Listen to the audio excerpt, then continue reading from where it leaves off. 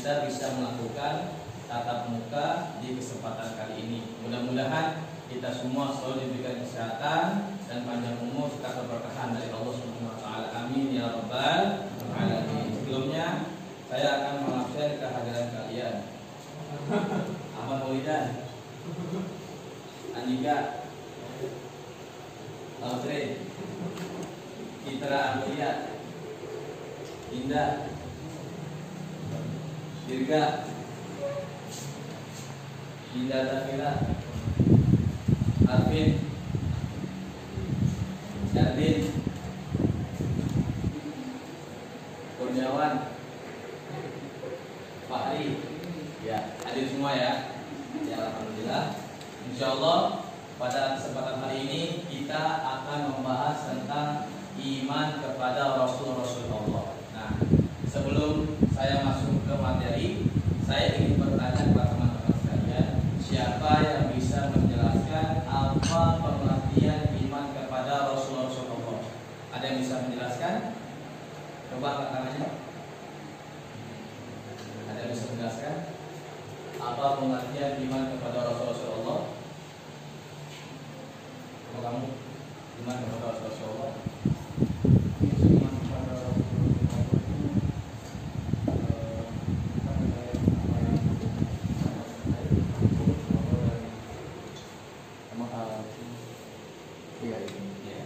Terima kasih. Tepuk tangan dong buat dia. Jadi pengertian iman kepada Rasul-Rasul Allah itu ya, al-imanu bir Rasul. Pengertian iman kepada Rasul-Rasul Allah, al-imanu bi anna Allah Ta'ala arsalahum ila al-khalqi li hidayatihim wa takmili ma'ashihim wa ma'adihim wa ayyidihim bil mu'jizati ad-dalati ala sidqihim.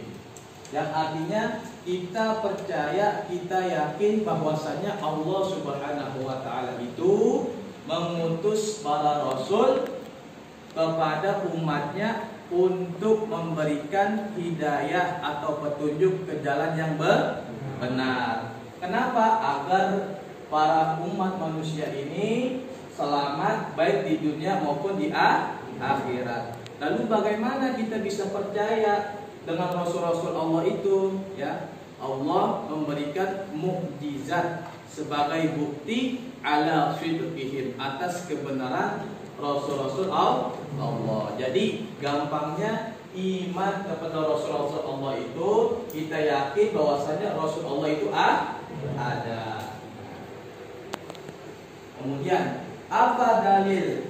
Ya, dalil nanti tentang beriman kepada Rasul-Rasul Allah. Nah, dalil kita beriman kepada Rasul-Rasul Allah itu tertera di dalam Al-Quran surat An-Nisa ayat 136.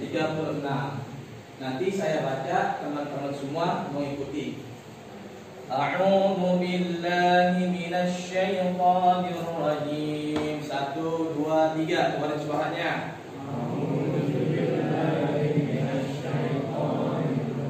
Kurang kencang. 1, 2, 3. A'udzu billahi minasy syaithanir rajim. Bismillahirrahmanirrahim. Bismillahirrahmanirrahim. Ya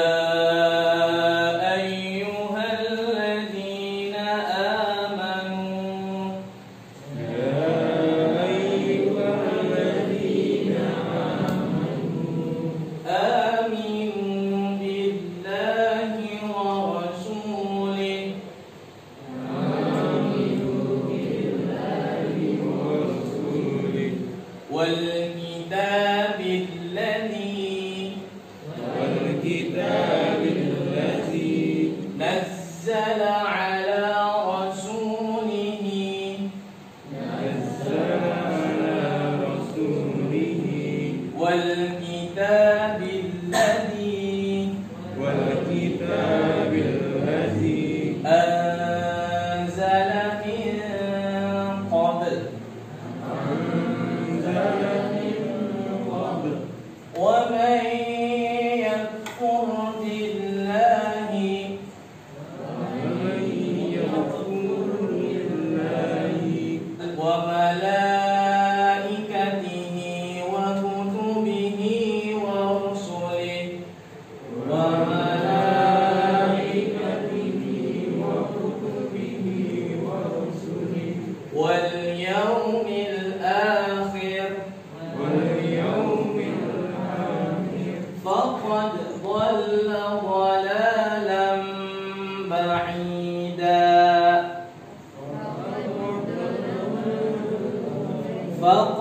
dhalla dhalalan ba'ida.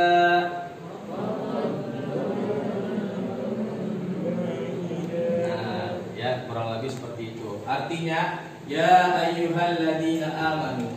Kalau Allah berfirman ya ayyuhalladzina amanu, maka kita pasang telinga kita terang-terang. Kenapa? Karena setelahnya pasti Allah mau berfirman. Apa firman Allah?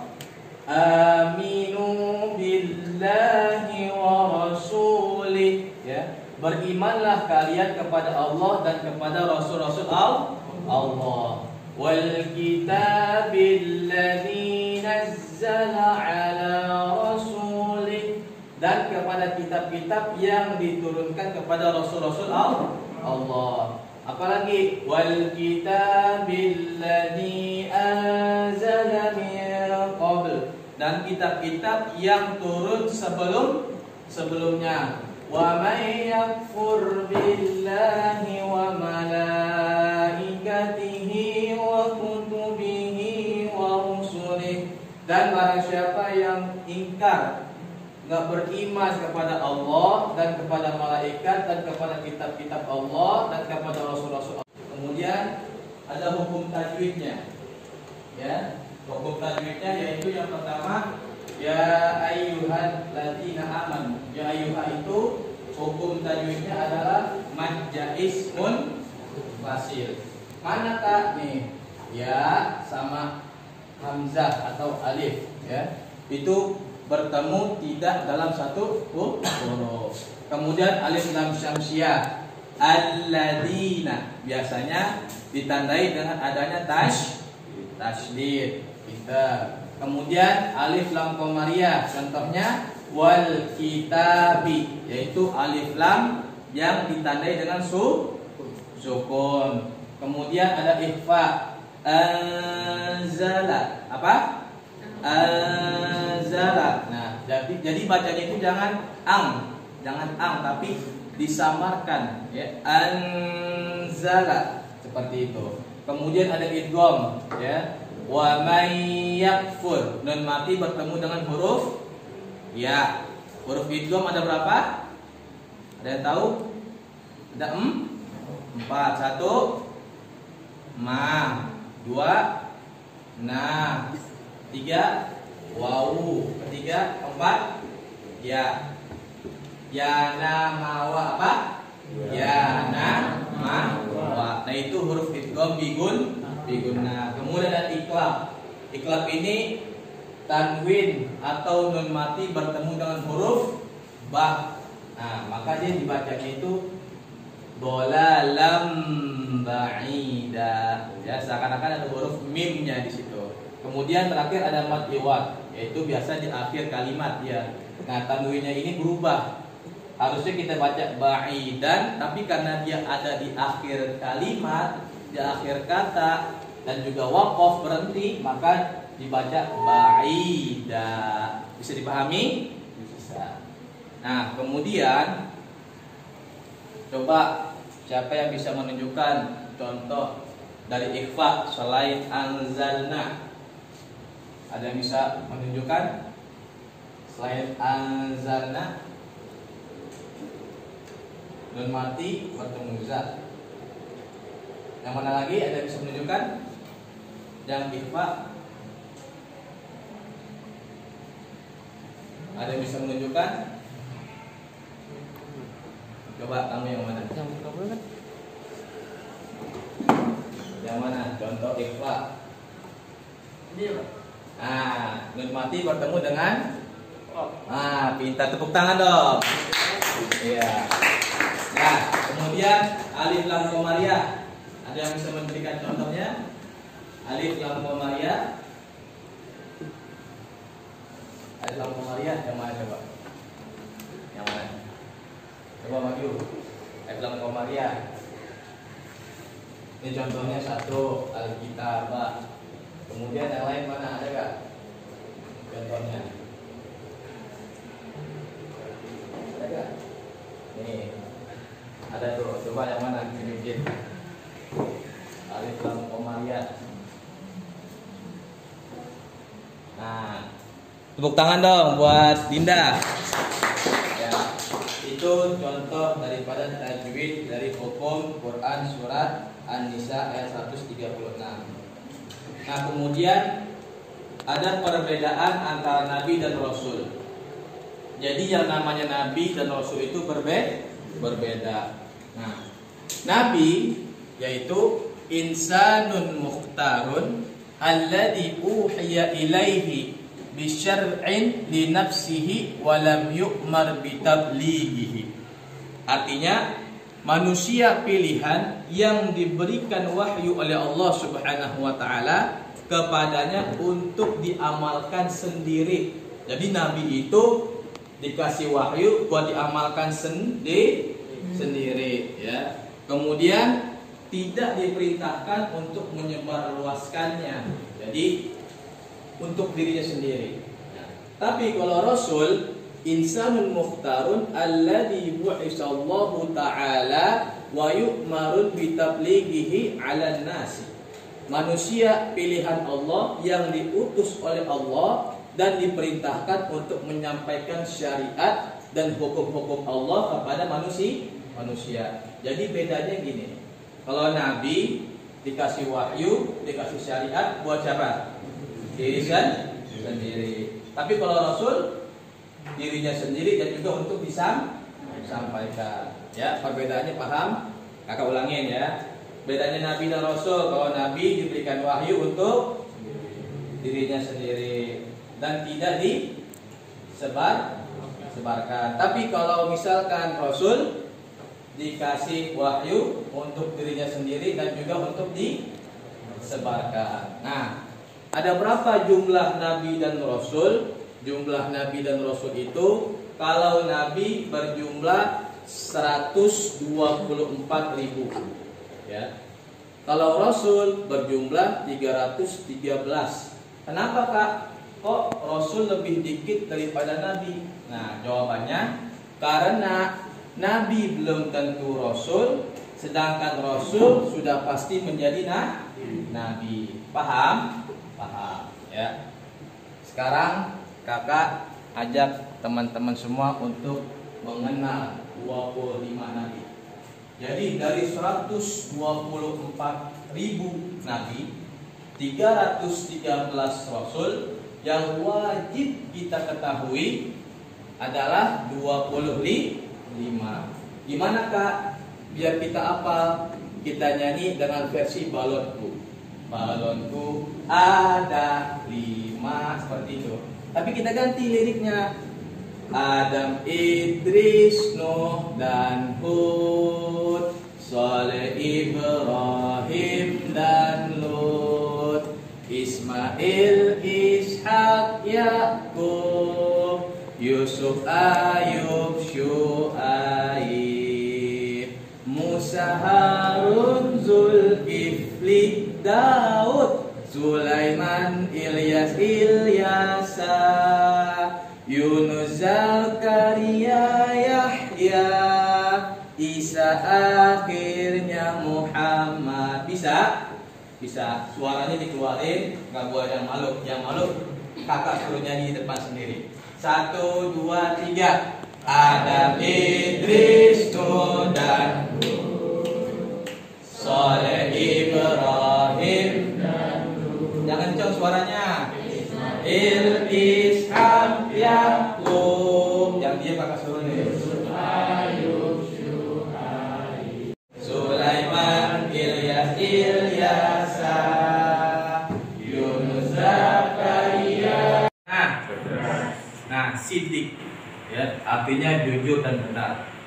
Allah berfirman di dalam Al-Qur'an, "Wa wahabna lahum min rahmatina wa ja'alna lahum lisana sidqin 'aliyya."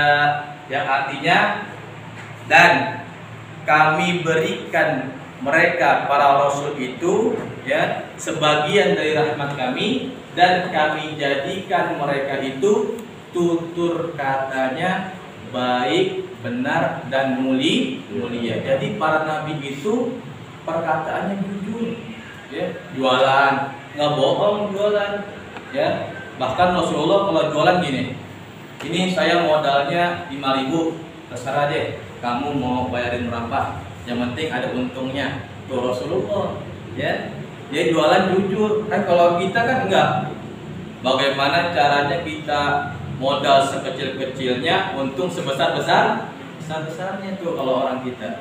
Nah, kemudian ada amanah. Rasul-Rasul Allah itu semuanya amanah. Tabligh, menyampaikan, diberikan wahyu oleh Allah, ya, kemudian disampaikan kepada umatnya. Nggak ada yang sembunyiin. Kalau kita beda, dikasih ilmu sama guru kita, sembunyiin. Ajarin dong, bayar. Oh, ada nggak gitu? Ajarin dong, bayar sini. Sejam 10 juta. Gitu, itu disembunyiin. Kemudian fatona, cerdas. Nabi dan Rasul itu kan cerdas. Seketika dikejar para sahabat. Kemudian ditanya sama kafir Quraisy, kamu orang juga? Nabi pindah. Semenjak saya di sini, saya nggak lihat orang lari lewat sini. Pinter gak Nabi? Nabi bohong nggak? Enggak. Kalau di sini tadi Nabi ngeliat ada orang lari. Tapi pas pindah, lihat ya? Enggak. Sejak saya di sini, saya nggak lihat itu ada orang lari. Tapi Nabi pinter gak? Rasul pinter gak? Rasul pinter. Nah, ini coba kita lihat sidik, amanah, tabligh, fatona. Sidik, jujur berada di nomor 1. Fatona berada di nomor 4. Sekarang di Indonesia ini, ya, kalau kita mau mengikuti sifat Rasulullah, ya, sidik, jujur diutamakan. Di Indonesia ini orang cerdas banyak. Saya ulangin, yang jawab yang ngejawab, orang cerdas banyak, tapi orang jujur. Kalau orang jujur, orang benar masih bisa kita perbaiki, masih kita bisa benerin, masih kita bisa pinterin. Tapi kalau orang cerdas agak sulit. Ya, orang cerdas agak sulit. Ya, makanya diutamakan jujur. Maka kalian di sekolahan harus belajar jujur. Korupsi diawali dari bangku ke kelas. Lihat, buka bukunya, ya kan, nyontek, itu korupsi. Itu termasuk korupsi kalau ada yang tahu. Ya, makanya korupsi diawali dari bangku kelas. Nanti dari bangku kelas sampai naik sampai ke bangku yang lain. Paham? Nah, kemudian ada sifat mustahil. Sifat yang nggak mungkin ada di diri para rasul. Yang pertama ada sifat izin, yaitu bohong. Nabi mustahil untuk bohong. Kemudian ada khianat. Nabi nggak mungkin, Rasul nggak mungkin untuk berkhianat. Kemudian ada kitman. Apa kitman? Menyembunyikan. Kemudian ada balada. Nah, teman-teman mungkin sering dengar kata balada ini. Artinya itu bodoh. Nabi itu jauh dari sifat bodoh. Ya. Kemudian ada terakhir sifat jais. Sifat jais itu sifat yang seperti manusia. Rasul Allah itu basyarun la kal basyar. Mereka sama kita manusia. Tidur, makan, minum, sedih, capek, ya kan? Menikah, sama seperti manusia pada umumnya, ya. Namun mereka ini diberikan kelebihan oleh Allah Subhanahu wa taala, yaitu berupa mukjizat dan juga diberikan